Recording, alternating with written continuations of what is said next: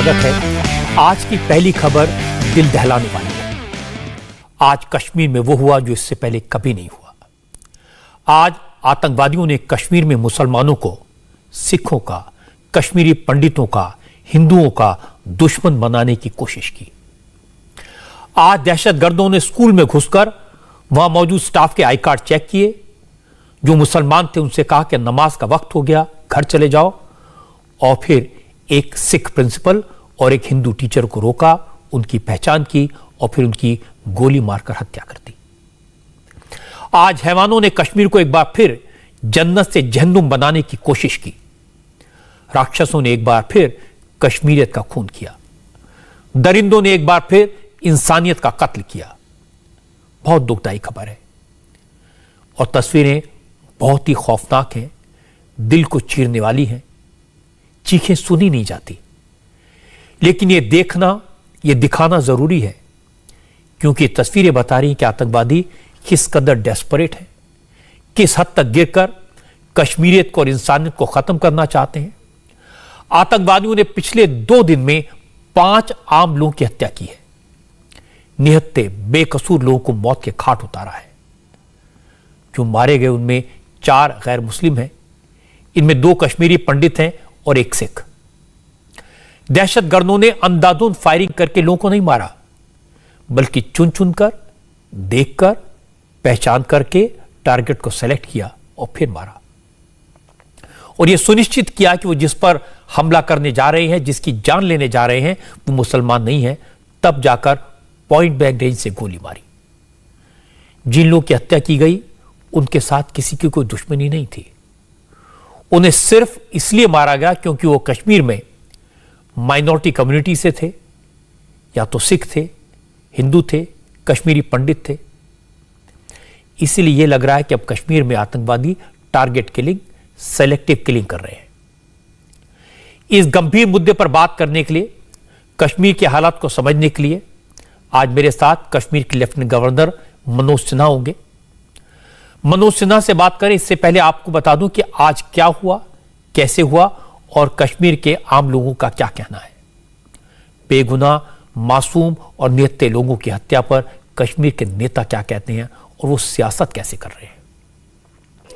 ये जो रोते बिलखते लोगों की तस्वीरें आप देख रहे हैं, ये वो लोग हैं जिनके बच्चे को दहशतगर्दों ने मार डाला। ये मां चीख चीख कर कह रही है कि आतंकवादी मुझे गोली मार देते, मेरी बच्ची को क्यों मारा। उसके छोटे छोटे बच्चे हैं, अब उनका क्या होगा।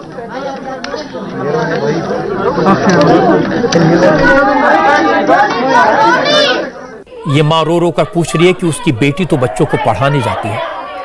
वो तो ये नहीं देखती थी कि कौन मुसलमान है, कौन हिंदू है।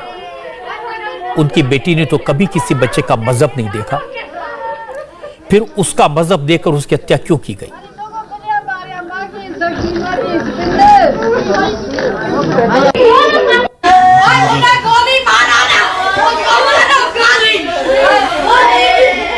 इस मां के जो सवाल हैं वो हर हिंदुस्तानी के मन में है। इस मां की जो पीड़ा है उसका एहसास हर भारतीय को होना चाहिए। इस मां की बेटी को आतंकवादियों ने श्रीनगर में पॉइंट ब्लैंक रेंज से गोली मारी।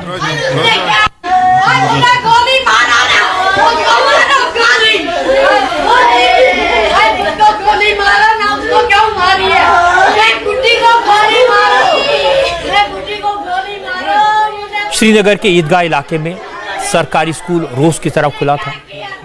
स्कूल में 3 लड़के घुसे, मुंह पर कपड़ा बांधा हुआ था, उनके हाथ में पिस्टल्स थी।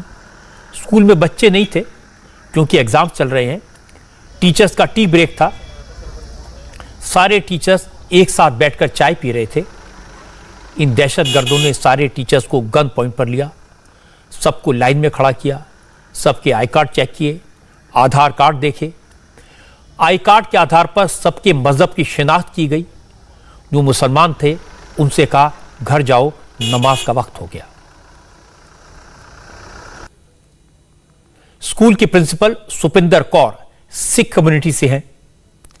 एक और टीचर दीपक चंद हिंदू थे, कश्मीरी पंडित थे।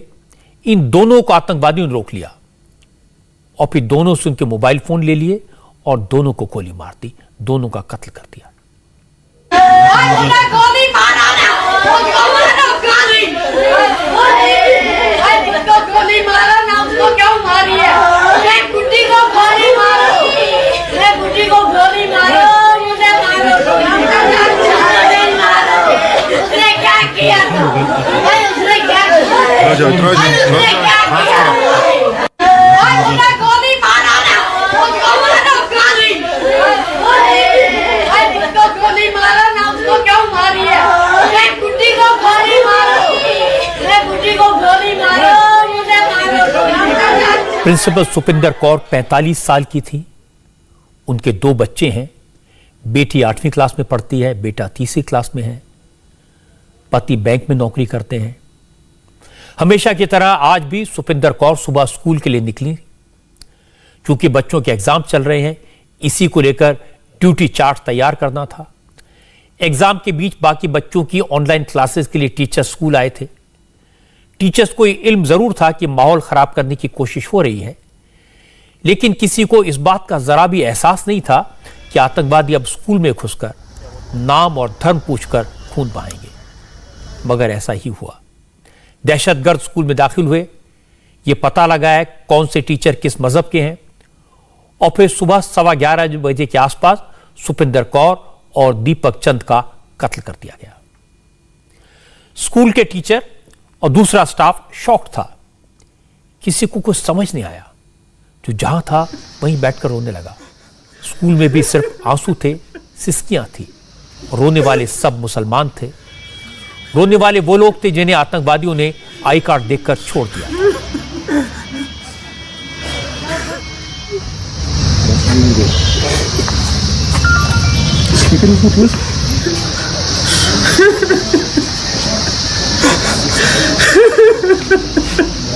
ये आप देख सकते हैं यहाँ पर पूरे स्टाफ की तब मीटिंग चल रही थी जब ये इंसिडेंट हुआ है।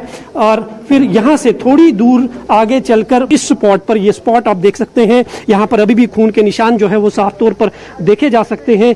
यहाँ पर क्लोज रेंज से एक के बाद एक जो है दोनों पर गोलियां चलाई। खून में लथपथ जो है एक टीचर और एक प्रिंसिपल जो है वो यहाँ पर गिर पड़ी। हालांकि तुरंत ये कोशिश की गई कि उनको हॉस्पिटल पहुँचाया जा सके और उनकी जान बचाई जा सके, लेकिन रास्ते में ही जो है दोनों की मौत हो गई। तो ये तस्वीरें आप देख सकते हैं कि इस घटना के बाद जो है किस तरह से इस पूरे स्कूल में जो है सर्च ऑपरेशन जो है वो बड़े पैमाने पर शुरू किया गया है। पूरी जानकारी हासिल की जा रही है। मैं यहाँ पे था, अंदर कमरे में हम चाय पी रहे थे, हमारी टी ब्रेक चल रही थी, हम चाय पी रहे थे, तो हम बाहर शोर हुआ कुछ, तो इसी आसमान में गन शॉट्स हुए, बस इतना ही सुना हमने। जब गन शॉट हम शॉक हो गए उधर ही, जो ये मतलब फिर लोकल, उसकी मदद से लोकल जब आए यहाँ तो हम भी फिर बाहर निकले तो हमने देखा यहाँ पे मैम और दूसरा टीचर था वो गिरा हुआ था वहाँ पे, बस इतना ही देखा हमने। जो टीचर थी प्रिंसिपल मैम जी, वो कहाँ रहती थी? कुछ वो आलूची बाग में रहती है। आलूची बाग, हाँ। मतलब स्कूल में सारे टीचर्स तब मौजूद थे जब ये इंसिडेंट हुआ? जी बिल्कुल, मतलब कुछ कोविड ड्यूटी पे है, बाकी तो सारे मौजूद थे। बच्चा कोई नहीं था? बच्चे आज एग्जाम चल रहा था इनका,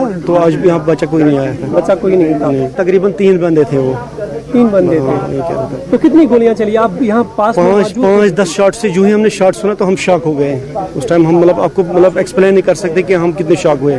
हम इसी कमरे में मतलब बैठे थे तो वहीं पड़े। जब लोकल आए तो हम बाहर निकले उस टाइम, वरना मतलब हमने मतलब हिम्मत ही नहीं कि हम बाहर निकले, हम देखें कुछ।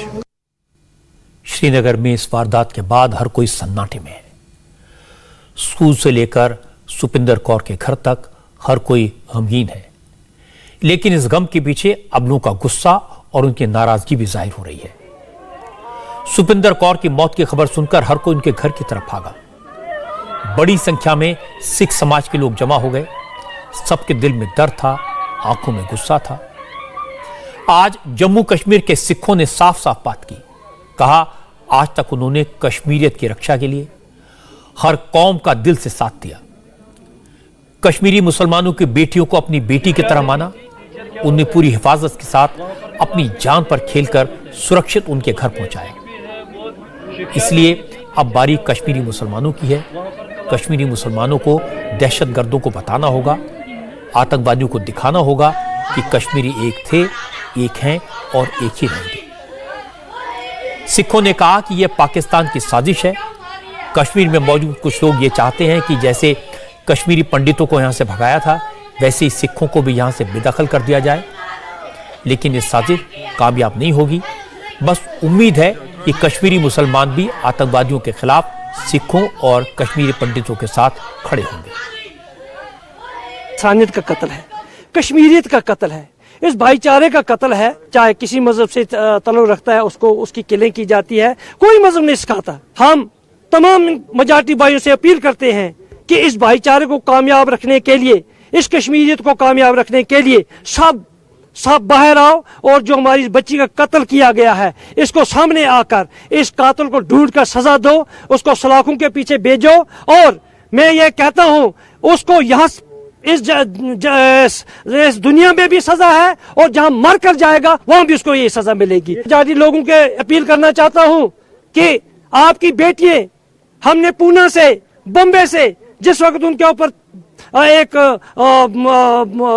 सख्ती का माहौल था, हमारे सरदार लोगों ने, खालसा ने घरों में हवाले की, और आज हमारी बच्ची कोई ले जाता है तो आप खुशी से उसको पनाह देते हो, कोई मार डालता है तो आप उसको उसी अच्छी तरह से उसको अप्रिशिएट करते हो। बिल्कुल ये हम मजबूत करते हैं। आज अगर कश्मीरियत के भाईचारे को कामयाब रखना है तो आज सामने आओ। ये हमारे साथ बेइंसाफी है। हमने क्या किया? हमने इंसिडेंट को मार दिया जाके। अगर मारना है तो सारे आम बोलो, हमको मार दे, हम निकल जाएंगे। फिर ये भी वहां नहीं जा सकते ना। फिर ये तो कश्मीर का फैसला हो गया। अभी अगर हमको मारना शुरू करेंगे तो कश्मीर का फैसला हो जाएगा। अब ये अगर मुसलमान जो हमारे साथ भाई हैं, अगर वो आज नहीं आए हमारे साथ, समझो कि वो हमारे साथ नहीं है। उसने क्या किया? उसने कुछ किया? वो जो अपने बच्चों को पढ़ा रही थी, या कल डॉक्टर बिंदु मरा, आज से मिल्टन से बेचारा वो लग रहा था सेवा करने। ये फल दे रहे हैं आप हमको। अपने जितने भी मजाटी के भाई हैं उनसे अपील करते हैं। और जानबूझ के हो रहा है ये पीछे से हाँ, आप जानबूझ के हो रहे हैं। हमारे तो क्या कहेंगे ऐसे लोगों को जो इस तरह की किलिंग? ये सिर्फ मुसलमान भाइयों को बोल रहा है कि हमारे साथ खड़े हो जाए। बस मुसलमान भाइयों को बोलते हैं हमारे साथ खड़े हो जाए। मेजॉरिटी कम्युनिटी से भी रिक्वेस्ट करते हैं वो सामने आए। जब उनसे कोई ऐसा होता है, उनकी बेटियां, उनकी वो हमने बाहर से मंगवाए, खुद लेके आए, उनकी टिकट, एयर टिकट्स अरेंज की। और अभी अगर वो बाहर नहीं निकल रहे हैं तो हमें लगता है कि we will left no option then to make an exodus from this place. और हम ऐसे जाएंगे नहीं। It will have serious repercussions all over India. आपको लगता है कि मतलब नॉन मुस्लिम्स को जानबूझ के टारगेट बना रहा है जिस तरह से वहाँ? Definitely it's obvious. ये तो ऑब्वियस है, ये ऑब्वियस है। अभी भी इसमें सोचना है, इसमें तो दो राय है ही नहीं। अब सिलेक्टिव किलिंग्स हो रही हैं, स्कूल से निकाल के आप एक लेडी को निकाल रहे हो। एक इनोसेंट लेडी बेचारी, छोटी लड़की है, शी इज जस्ट 42 ईयर्स। दो छोटे छोटे बच्चे हैं उसके मर्डर पे अब ये ग्रूसम मर्डर है। क्या कह सकते हो आप इसके बारे में? लड़ना है गवर्नमेंट के साथ लड़ो, फोर्सेस के साथ लड़ो। ये छोटी बेचारी जिसके पास कुछ भी नहीं है, एक छोटा सा ये भी नेल कटर भी उसके पॉकेट में नहीं है, तो उसके साथ आप जाके उसको फायर मारते हो। Totally condemnable. सिख समाज का गुस्सा जायज है। इस घटना की जितनी भी निंदा की जाए, जितना भी कंडेम किया जाए, कम है। अच्छी बात यह कि कश्मीर के मुसलमान भी सिख भाइयों के साथ आज खड़े नजर आए। उन्होंने स्कूल में टीचर्स की किलिंग को, प्रिंसिपल की हत्या को दरिंदगी बताया। मुसलमान भाइयों ने कहा कि बेगुनाहों का खून बहाने वाले मुजाहिदीन हो ही नहीं सकते। हर कश्मीरी को मिलकर ऐसे दरिंदों को जवाब देना होगा। बहन हमारी सुपिंदर कौर थी, बड़ी हलीम, बड़ी शफी। ये क्या मैं बताऊं, इनका बहुत सारी चीज़ें मुझे पता है। ये 50% अपनी पे गरीबों, यतीमों, मिस्किनों, राह चलते हुए को भी उस पे ही खर्च करते थे। 50% पे। इवन इन्होंने एक दफ़ा मुझे देखा बाइक पे, अपनी गाड़ी दे दी। मैं राजबाग पहुंचा और गाड़ी का एक्सीडेंट हो गया। गाड़ी टोटल लॉस हो गई और 10,000 रुपये वहीं से दे दिए इसको ठीक कराने के लिए, और गाड़ी टोटल लॉस। कभी कहा, कभी भी उन्होंने शिकवाया कुछ नहीं। एक मुसलमान लड़की, एक यतीम लड़की थी, उसे इसने गोद लिया था और हमारे घर उसको कहा कि 15,000 रुपये पर महीना मैं दूंगी, इसको आप पाले, क्योंकि ये मोमडन लड़की है, मैं इसे घर में नहीं रख सकती। इस जैसी लड़की, जैसी बहन हमने, दरिंदा है।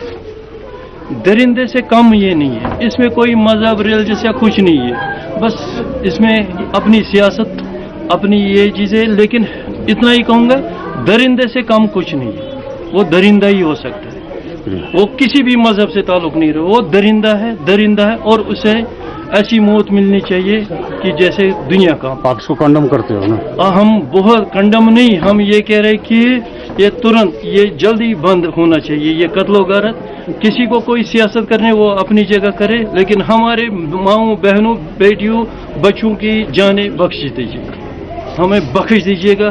हम कश्मीरियों को आपस में एकता, सिख है, हिंदू है, डोगरा है, जो भी है, हम कश्मीरी है, हम यही नारा देते, हम एक है, हम एक है, हम एक है। हम किसी भी चाल को कामयाब यहाँ पर होने नहीं देंगे। ये हमारी बहन है, ये हमारी बहन थी, हम इसको कंडम करते हैं।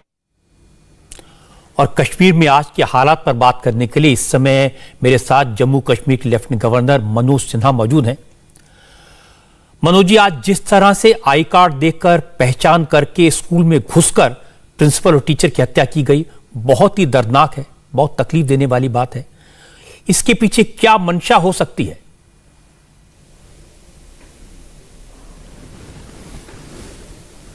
रजत, ये स्वाभाविक रूप से कायरतापूर्ण हमला है और शायद पहली बार किसी महिला पर इस तरह से आक्रमण करके उसकी जान ली गई है, वो भी उस महिला पर जो यतीम बच्चों की सेवा करती थी, उनके लिए काम करती थी और कश्मीर के अनेक बच्चों को पढ़ा करके उनका भविष्य निर्माण करती थी। इसकी जितनी निंदा की जाए कम है।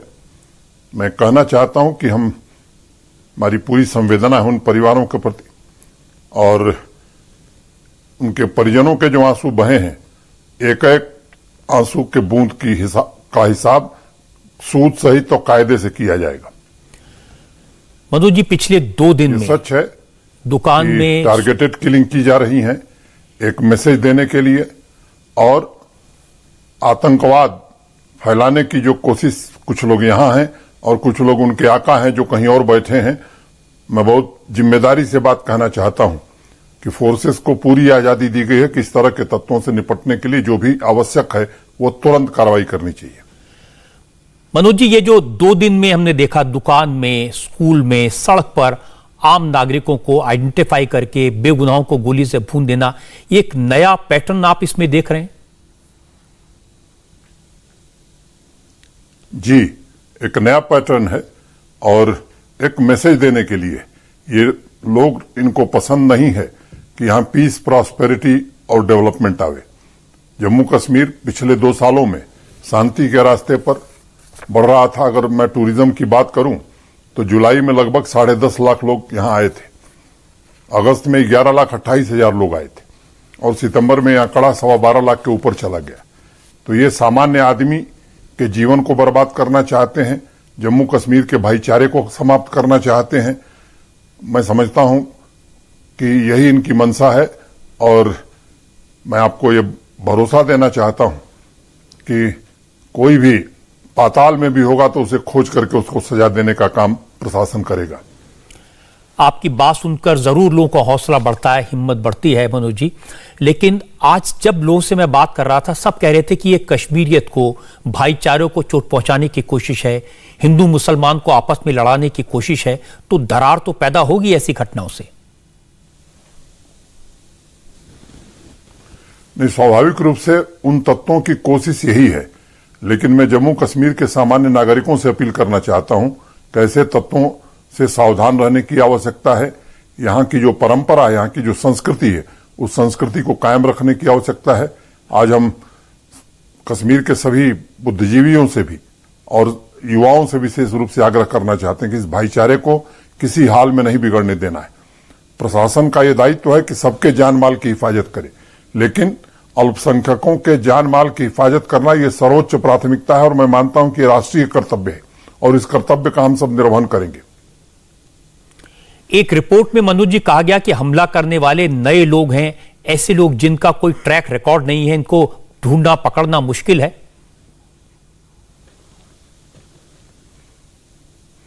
ये सच है कि जो पिछली 2-3 घटनाएं हुई हैं, एक नए प्रकार का ट्रेंड देखने को मिला है। लेकिन अब ये बात टेलीविजन पर कहने की नहीं है, लेकिन कल सुबह और परसों तक मुझे लगता है कि सब कुछ आपके सामने होगा, जम्मू कश्मीर के लोगों के सामने होगा और देश के सामने होगा। और ये भी जानकारी में है कि ये पिस्तौल जैसे छोटे वेपन का इस्तेमाल करते हैं, इन्हें आसानी से छुपाया जा सकता है। जी, ये बात सही है और उस पर हम फोर्सेस और पुलिस के लोग, हम सब लोग काम कर रहे हैं और मुझे लगता है कि हमारे पास सूचनाएं भी हैं और उसका परिणाम भी जल्दी आएगा।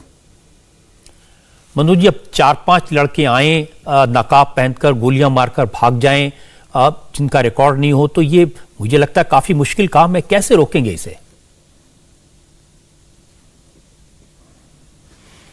ये मुश्किल जरूर है लेकिन नामुमकिन नहीं है।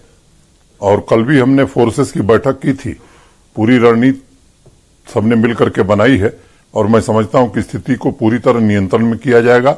हर व्यक्ति के जान माल की हिफाजत और विशेष रूप से जो वैली में सिख हैं, कश्मीरी पंडित हैं, हिंदू हैं या जो जिन लोगों को ये टारगेट करना चाहते हैं, उनकी सुरक्षा का पूरा मुकम्मल इंतजाम किया जाएगा। आपने कश्मीरी पंडितों का जिक्र किया है। मक्खनलाल बिंद्रू की हत्या की गई है और वो भी ऐसे इंसान थे जो सबकी मदद करते थे, दवा की दुकान सबके लिए चलाते थे, लोगों को जेब से पैसे देकर मदद करते थे, किसी का कुछ नहीं बिगाड़ा था। इसको लेकर जो कश्मीरी पंडित हैं उनमें बहुत नाराजगी है, थोड़ा बहुत डर भी है। स्वाभाविक रूप से नाराजगी उनकी जायज है। मैं आज उनके परिजनों से मिलने गया था। मैं जाना चाहता था, जो हमारी बहन जो कि प्रिंसिपल थी जिसकी हत्या हुई है, लेकिन किसी कारण से वहां कहा गया कि आज मत चलिए, कल जाइएगा।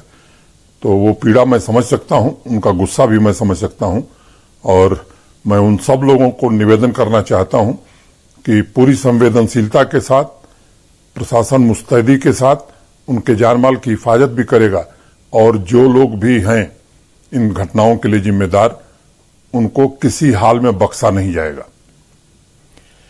3-4 दिन पहले मनोज जी बरग शिखा भवानी मंदिर पर हमला हुआ था। आज कश्मीरी पंडित उसका भी जिक्र कर रहे थे। वो कह रहे थे हमारी आस्था पर प्रहार किया गया है, लोग चाहते हैं कि हम यहां से भाग जाएं, चले जाएं।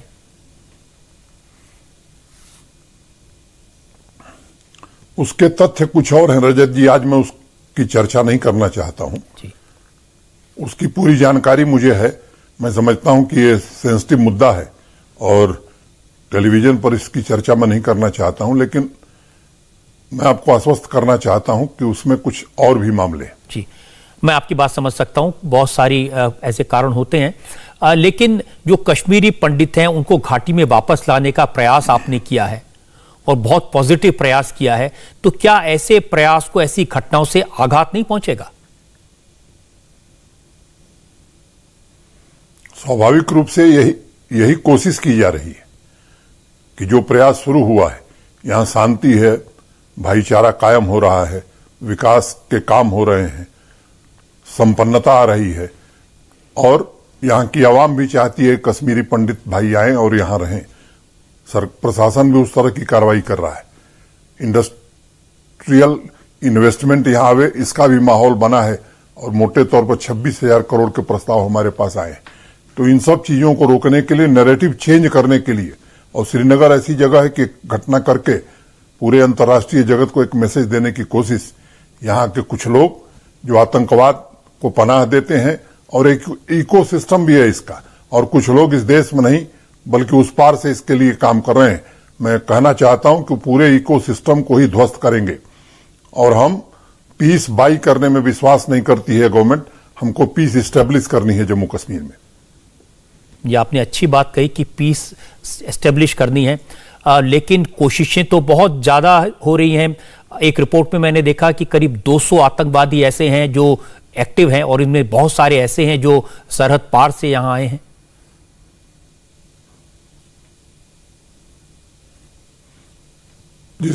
उन सारे लोगों की जानकारी है। मैं आपसे अनुरोध करूंगा कि एक हफ्ते का वक्त दीजिए, तस्वीर दूसरी दिखेगी यहां की। मैं बहुत आश्वस्त हूं आपकी बात सुनकर के, लेकिन एक और सवाल मेरे मन में है और लोग भी जानना चाहते हैं कि अफगानिस्तान में तालिबान के कब्जे के बाद से आपको लगता है कि आतंकवादियों के हौसले बढ़े हैं और ज्यादा उन्होंने हिम्मत से काम करना शुरू किया है, ज्यादा दहशतगर्दी फैलाने की कोशिश की है? मुझे लगता है कि कश्मीरी आवाम पूरी तरह से उसके खिलाफ है। हाँ, कुछ तत्व जो एंटी इंडिया हैं, जो इस तरह के काम में लिप्त रहे हैं लंबे समय से, उनके मनोबल में स्वाभाविक रूप से थोड़ी वृद्धि हो सकती है, लेकिन हमारी फोर्सेस, जम्मू कश्मीर पुलिस और पूरा प्रशासन मुस्तैदी के साथ किसी भी स्थिति का सामना करने के लिए तैयार है। आज कुछ कश्मीरी लीडर्स की बात मैंने सुनी, वो कह रहे थे कि सरकार किसी से बात नहीं करती, इसलिए भी दहशतगर्दी एक बार फिर से सिर उठा रही है।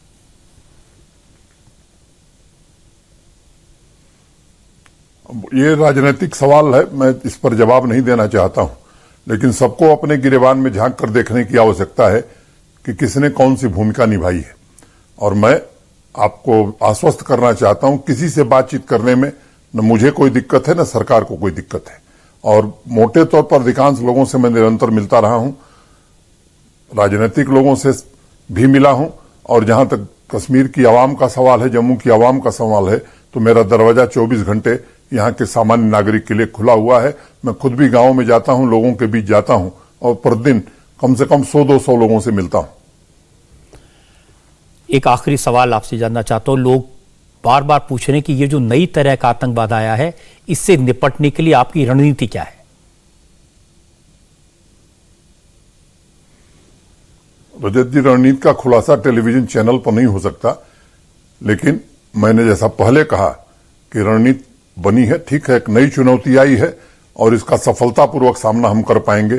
और मुझे लगता है कि कल शाम या परसों जब आपसे हमारी बात होगी तो आपको भी प्रसन्नता होगी कि नहीं, जम्मू कश्मीर में लोगों की सुरक्षा की दृष्टि से, आम आदमी के जान माल की हिफाजत की दृष्टि से प्रभावी कदम उठाया गया है। मनोज जी, मैं आप बहुत आभारी हूं, आपका अपने समय निकाला और इतनी बेबाकी से बात की, और मैं उस पल का इंतजार करूंगा जब हम फिर से बात करेंगे, जब आपने जो बात कही है इसको हम सच होते हुए देखेंगे, और हमारे पूरा भरोसा है आपके ऊपर। बहुत धन्यवाद।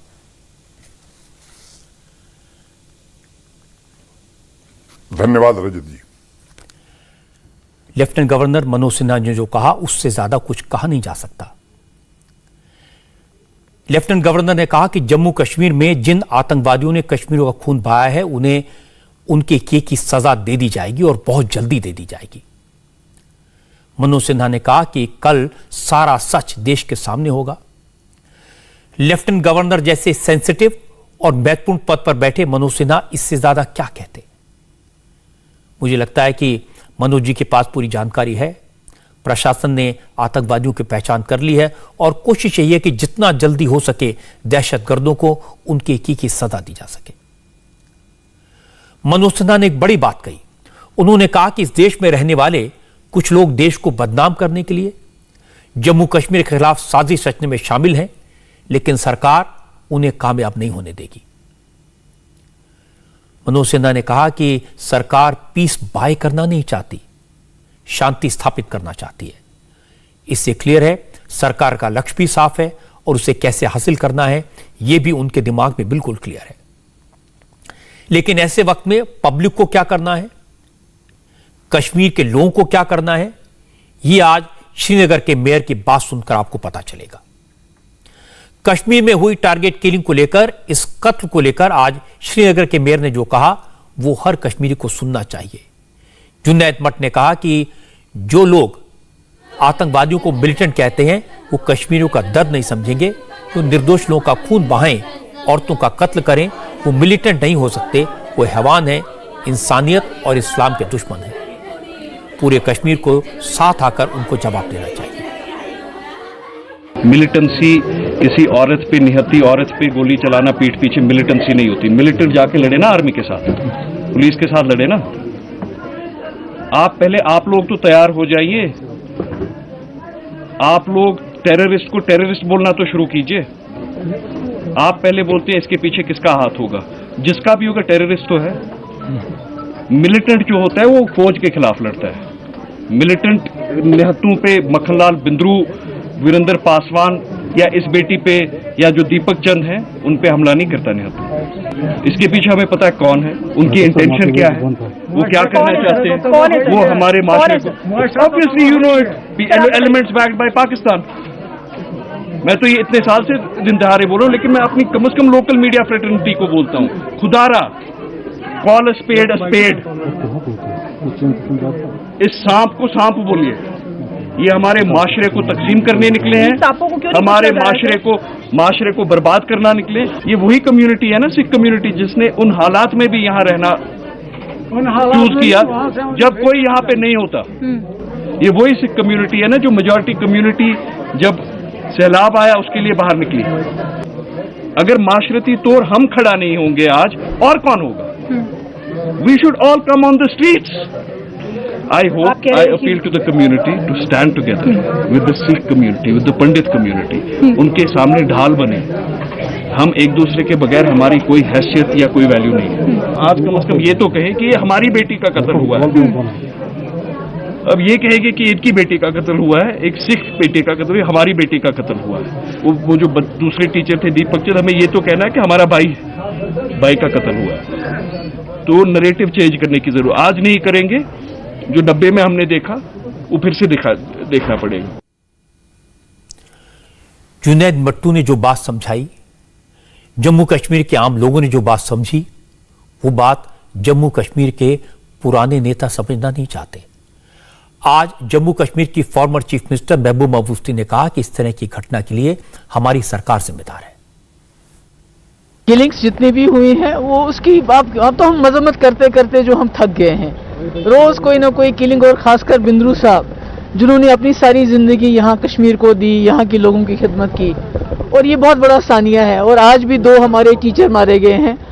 तो मैं समझती हूँ ये जो डबल इंजन सरकार है उसकी सबसे बड़ी नाकामी है, क्योंकि उन्होंने जम्मू कश्मीर में जो पिछले 2.5 साल से यहाँ जो जुल्म ढाए हैं, यहाँ जो सख्त पॉलिसी अपनाई है, सिर्फ हमको ये कहते हैं ये सिक्योरिटी के लिए हम कर रहे हैं और मिलिटेंसी को खत्म करने के लिए कर रहे हैं। मैं समझती हूँ कि उसमें सख्ती और ज्यादा होगी, और इनकी अपनी नाकामी को छुपाने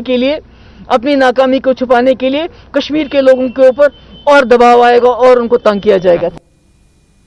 लखीमपुर खीरी में 3 अक्टूबर को हुई हिंसा के केस में आज 3 बड़े अपडेट हैं। आज सुप्रीम कोर्ट ने इस मामले में उत्तर प्रदेश सरकार से डिटेल रिपोर्ट मांगी है। इस केस में कौन कौन आरोपी हैं, कितनी गिरफ्तारियां हुई हैं, क्या एक्शन हुआ है, पूरी स्टेटस रिपोर्ट यूपी सरकार को कल तक सुप्रीम कोर्ट में देनी है। कल इस केस में फिर से सुनवाई होगी। दूसरा अपडेट यह है कि लखीमपुर खीरी के केस की न्यायिक जांच के लिए आज कमीशन का गठन हो गया। हाईकोर्ट के रिटायर्ड जज प्रदीप कुमार श्रीवास्तव इस केस की जांच करेंगे। जांच आयोग 2 महीने में अपनी रिपोर्ट देगा। जांच आयोग का हेडक्वार्टर लखीमपुर में ही होगा। आज यूपी पुलिस ने इस केस में मुख्य आरोपी केंद्रीय मंत्री अजय मिश्रा के बेटे आशीष मिश्रा को समन भेजकर पूछताछ के लिए बुलाया है। आशीष मिश्रा को कल सुबह 10 बजे पुलिस के सामने पेश होने को कहा गया है, और पुलिस ने इस मामले में 2 आरोपियों आशीष पांडे और लव कुश को अरेस्ट किया है। 2 लोगों को हम लोगों ने पूछताछ के लिए बुलाया है, और उनके बयानों पर 3 अन्य की गिरफ्तारी की गई है, लेकिन तीनों अकाउंट फॉर किए गए हैं, क्योंकि अपरिहार्य कारणों से तीनों मृत हो चुके हैं, लेकिन वो कंफर्मेशन हुआ है बयानों से। इन 2 लोगों से पूछताछ अभी जारी है। ये बहुत सारी इंफॉर्मेशन हमें उपलब्ध करा रहे हैं, और यथाशीघ्र इनके रोल को तस्दीक करते हुए आगे की ऑफिशियल कार्रवाई की जाएगी। जो मृत हुए थे उनका रोल क्लियर नहीं था। आज के बयानों से कुछ चीजें क्लियर हुई हैं, और बयानों के अनुरूप ही फिर उनका एक लीगल प्रोसेस कंप्लीट किया गया है। मेन अक्यूज्ड को भी हम आज सफीना भेज रहे हैं। We are summoning him for questioning, and हम उनका बयान दर्ज करेंगे, और उसके आधार पर हम आगे एविडेंसेस कलेक्ट कर रहे हैं। आगे की कार्रवाई आगे बढ़ेगी। कल भी हमारी फोरेंसिक टीम ने मौके का मुआयना किया था और एविडेंसेस जुटाए थे। आज भी हमारी टेक्निकल टीम वहाँ पे लैंड स्वीपिंग कर रही है, कॉम्बिंग कर रही है और एविडेंसेस जुटा रही है। आईजी पुलिस लक्ष्मी सिंह बहुत काबिल ऑफिसर हैं। बहुत संभल कर उन्होंने बात की है, क्योंकि पूरा मामला बहुत संवेदनशील है। पुलिस अपना काम कर रही है, अदालत अपना काम कर रही है, और नेता भी अपना काम कर रहे हैं। विरोधी दलों के नेता लगातार लखीमपुर खीरी पहुंच रहे हैं। कांग्रेस के हजारों कार्यकर्ताओं के जत्थे पंजाब और उत्तराखंड से लखीमपुर खीरी की तरफ निकल पड़े हैं। हालांकि उन्हें रास्ते में रोक दिया गया। उत्तराखंड के former chief minister Harish Rawat करीब 1000 गाड़ियों के काफिले के साथ लखीमपुर खीरी के लिए निकले। दूसरी तरफ पंजाब के मोहाली से नवजोत सिंह सिद्धू भी हजारों गाड़ियों के काफिले के साथ यूपी के लिए निकल गए। सिद्धू के साथ पंजाब के कई कैबिनेट मिनिस्टर और विधायक भी थे। लेकिन यूपी पुलिस भी तैयार थी। बॉर्डर्स पर पहले से पुख्ता इंतजाम थे, भारी फोर्स तैनात थी, बॉर्डर सील थे। दोनों नेताओं को पुलिस ने यूपी बॉर्डर पर रोक दिया।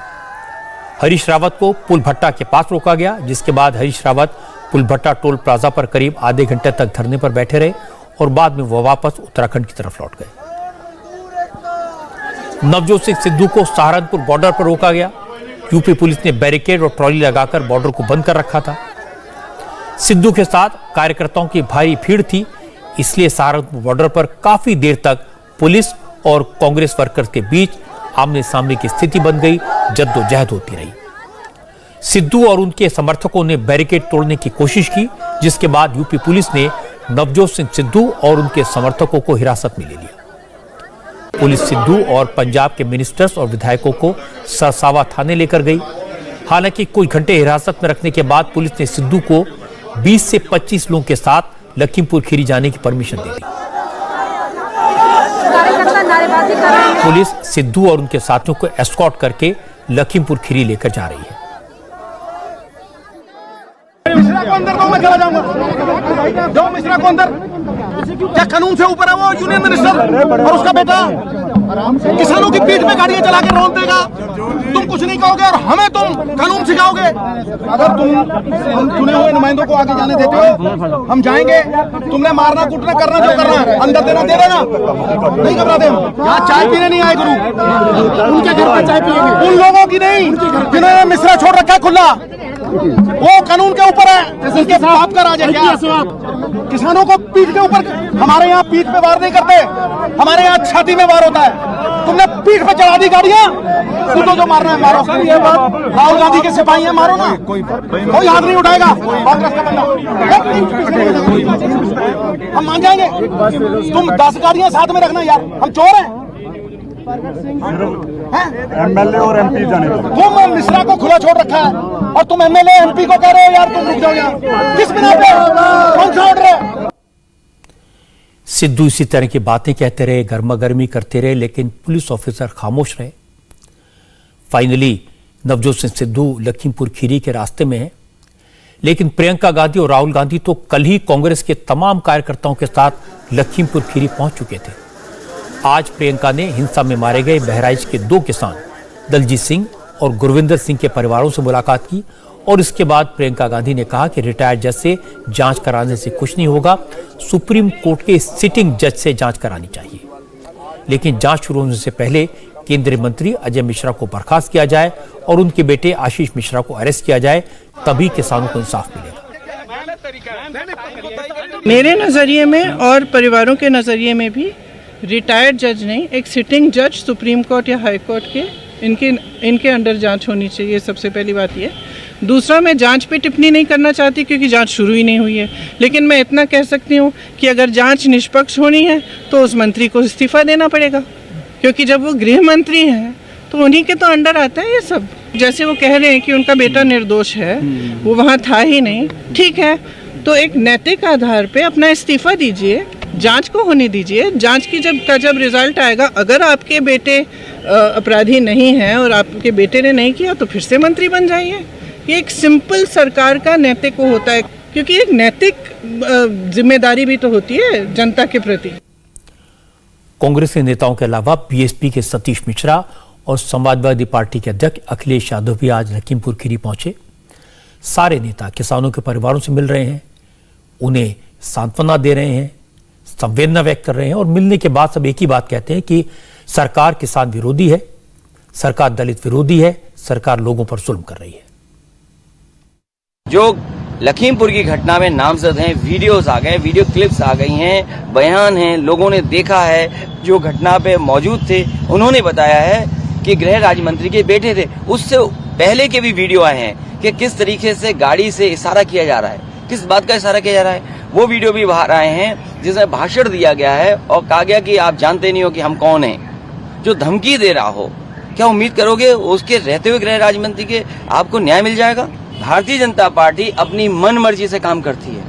किस पर बुलडोजर चलाना है, किसको टांग पर गोली मारनी है, किसके कहां गोली मारनी है, ये भारतीय जनता पार्टी का काम करने का तरीका है। लॉ एंड ऑर्डर पे ये सरकार पूरी तरीके से फेल हुई है। सरकार के रहते हुए न्याय नहीं मिलेगा, इसीलिए सिटिंग जज के मॉनिटरिंग में ये जांच हो तो परिवारों को न्याय मिलेगा। नेताओं की बात आपने सुनी, उनकी डिमांड्स क्या है ये भी आपने सुन ली। अब मैं आपको उस परिवार की बात सुनवाता हूं जिसने अपने जवान बेटे को खोया है। 3 अक्टूबर को लखीमपुर खीरी में बहराइच के गुरविंदर सिंह की मौत हुई थी। आज हमारी संवाददाता रुचि कुमार ने उनके परिवार से बात की। मां तो कुछ भी बोलने की हालत में नहीं है, उनकी तबीयत खराब है। रुचि गुरविंदर के पिता और रिश्तेदारों से मिली और उन्होंने कहा कि उन्हें सियासत से कोई मतलब नहीं है, वो सिर्फ इंसाफ चाहते हैं। हम बाबा गुरविंदर सिंह के घर हैं जिनकी जो लखीमपुर खीरी में तिकोनिया में हादसा हुआ उसमें जान गई। उनका परिवार है, उनकी माँ है, उनके पिता हैं, उनकी बहनें भी यहाँ थी, भाई थे, सब बहुत तकलीफ़ में इस समय। आप लोग जैसे आपके बेटे की इस तरह से जान चली गई, बहुत तकलीफ़ है आपको। पोस्टमार्टम भी दोबारा हुआ उनका, अब क्या मांग रहे हैं? इंसाफ मांग रहे हैं सरकार से कि हमको इंसाफ मिले और जो है कि ये जो कानून बने हैं इनको वापस लिया जाए और मोनू को जो है कि अरेस्ट किया जाए और टेनी जी को जो है कि मंत्री पद से जो है कि इस्तीफा दिलाया जाए। जब यहाँ से गए तो वो किसानी संघर्ष में गए, किसानों ने प्रोटेस्ट करना था तो प्रोटेस्ट करते हुए जो है कि उन्होंने काले झंडे दिखाने थे। उनको पता था कि वहाँ पे केशव प्रसाद मौर्य उप मुख्यमंत्री आ रहे हैं। डीएम, एसडीएम, एसपी से बात हो गई कि मतलब जो है कि उनका रूट चेंज कर दिया गया, उनका रूट बेलराया होकर उनको रूट दे दिया गया है। तो उसी समय ये बात होने के बाद उनका जो है कि सारे प्रोटेस्ट का समापन कर रहे थे, जो अपना धरना पे बैठे थे। तो समापन करते समय जो है कि कुछ 500-700 किसान रोडों पे आ गए और बाकी जितने 2000 से ज़्यादा की गिनती में जो थे वो ग्राउंड में थे। तो जब एक गुरविंदर सिंह भी उन्हीं किसानों के साथ रोड पे आए तब तक जो है कि पीछे से गाड़ियाँ आईं। मुंबई में ड्रग्स केस में गिरफ्तार किए गए शाहरुख खान के बेटे आर्यन को आज कोर्ट ने 14 दिन की जुडिशियल कस्टडी में भेजने का आदेश दिया। हालांकि आज रात वो जेल नहीं भेजे जाएंगे क्योंकि एनसीबी के कस्टडी में उन्हें रहना पड़ेगा। इसकी वजह है कि जेल भेजने से पहले आरोपी का कोविड टेस्ट किया जाता है और अभी आर्यन का कोरोना टेस्ट नहीं हुआ है। आर्यन और उनके साथ गिरफ्तार किए गए 7 लोगों की एनसीबी की कस्टडी आज खत्म हुई थी। हालांकि एनसीबी ने इनकी कस्टडी बढ़ाने की मांग की थी, लेकिन कोर्ट ने एनसीबी की अपील को नहीं माना और अब आर्यन समेत सभी 8 आरोपियों को जुडिशियल कस्टडी में जाने का आदेश दिया। आर्यन और उनके दोस्तों की तरफ से बेल की एप्लीकेशन लगाई गई है और इस एप्लीकेशन पर कल सुबह सुनवाई होगी। आज सब 8 आरोपी को जुडिशियल कस्टडी में रिमांड किए हैं साहब ने और हमारे बेल एप्लीकेशंस की हियरिंग कल सुबह में 12:30 बजे रखे। नहीं, हमारे रिक्वेस्ट नहीं है, वो कोविड का प्रोटोकॉल है और बिकॉज उनके पास सर्टिफिकेट नहीं है इसीलिए उन लोग अभी इतना लेट हो गया है, इसीलिए उन लोग को वापस एनसीबी कस्टडी में सेफ कस्टडी के लिए रखा है। बस एक और मामला आ रहा था कि क्या इस कोर्ट के पास जुरिस्डिक्शन है बेल एप्लीकेशन सुनने का? जी हाँ, हमारा नहीं ऐसा कुछ, हमारा ऐसा सबमिशन है कि क्योंकि सेंटेंस जो है मैक्सिमम अप टू 6 मंथ्स है तो इसीलिए ये कोर्ट को जुरिस्डिक्शन है। आर्यन के वकील सतीश मानशिंदे ने अदालत में कहा कि एनसीबी ने आर्यन को 5 दिन तक कस्टडी में रखा। पूछताछ के नाम पर अदालत ने 3 दिन की कस्टडी भी मांगी, लेकिन अब तक आर्यन से सिर्फ एक सवाल पूछा गया और वो सवाल यह था कि वो अमेरिका में कब से कब तक था, कहां पढ़ाई करता था। सतीश मानशिंदे ने अदालत से कहा कि दूसरे आरोपी भी एनसीबी की कस्टडी में हैं। अदालत में एनसीबी बार बार कहते कि आरोपियों को आमने सामने बैठाकर पूछताछ करनी है, लेकिन इस दौरान आर्यन का किसी से भी दूसरे आरोपी से सामना नहीं कराया गया।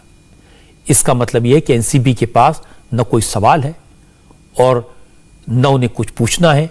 एनसीबी सिर्फ बहाने बनाकर आर्यन को कस्टडी में रखना चाहती है। हालांकि आर्यन की तरफ से आज ही बेल एप्लीकेशन लगाई गई थी। जज सुनवाई को तैयार थे, लेकिन एनसीबी का जवाब तैयार नहीं था, इसलिए अब यह सुनवाई कल होगी। इंडिया टीवी हर वक्त हर जगह डाउनलोड करने के लिए सर्च करें India TV news Google play store या ऐप स्टोर पर।